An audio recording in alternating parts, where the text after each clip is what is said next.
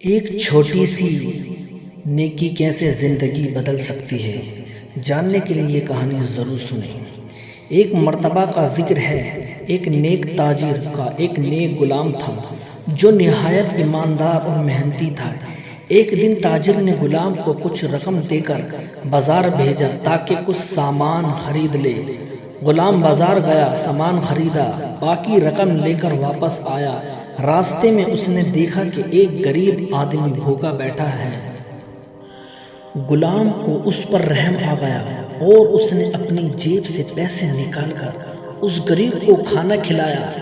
جب وہ مالک کے پاس پہنچا تو تاجر نے اس سے پوچھا، کیا تم نے تمام رقم واپس لے آئے؟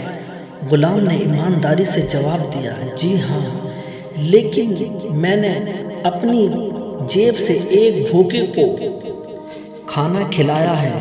تاجر یہ سن کر بہت خوش ہوا اور کہا، جو کچھ تم نے اللہ کی راہ میں دیا وہ کبھی ضائع نہیں ہوگا، بلکہ اللہ اس کا کئی گنا زیادہ دے گا۔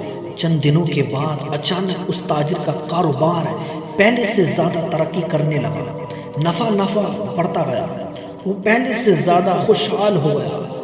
وہ سمجھ گیا یہ غلام کی نیکی کی برکت سے ہوا ہے۔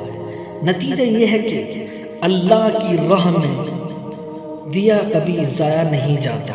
جو دوسروں کی مدد کرتا ہے اللہ اسے دنیا اور آخرت میں بہترین بدلہ عطا فرماتا ہے۔ مزید ویڈیو دیکھنے کے لیے فالو کریں، کمنٹ میں اپنی رائے ضرور دیں۔